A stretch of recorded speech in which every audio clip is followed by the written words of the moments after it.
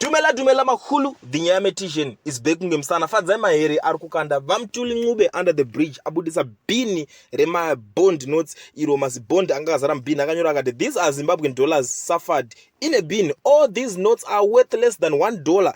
That's what Mutuli Ncube and his friends have done to the economy. How do we have a Weimar Republic style current crash twice in a small lifetime? We need new leaders.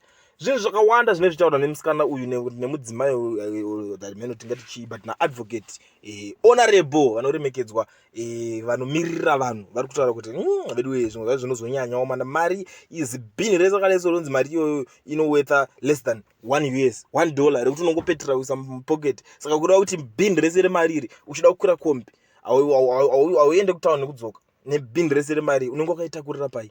Zvinhu zvinotosiririsa even kana conductor wacho zvinhu zvinoda kuti conductor ainge ane chitrailer because kana uchibhadharisa munhu chibhini chako chemari uchibhadharisa munhu mari iri unonga kutofamba netrailer kuti munhu wese abhadhara chibhini chake chemari aichaverengwe yakungopimwa kana makgs yokandwa kubhuti anenge achidawo change ava ne$1 opuwa chichake chibhini chake chemari chechange. Zvinhu zvinotosiririsa zvimwe zvacho zvimwe zvacho tinoona kusvika ido pakuseka kuti ave mana saka mari yese kunzi kukwana munhingirikini but zvimwe zvacho zvinhu zvinosirisa zvinorwadza kuti tariswa kuti saka senyika ineika ndeyedu kanyika inei saka iri kuenda kupi mana mangwana zvichapera sei.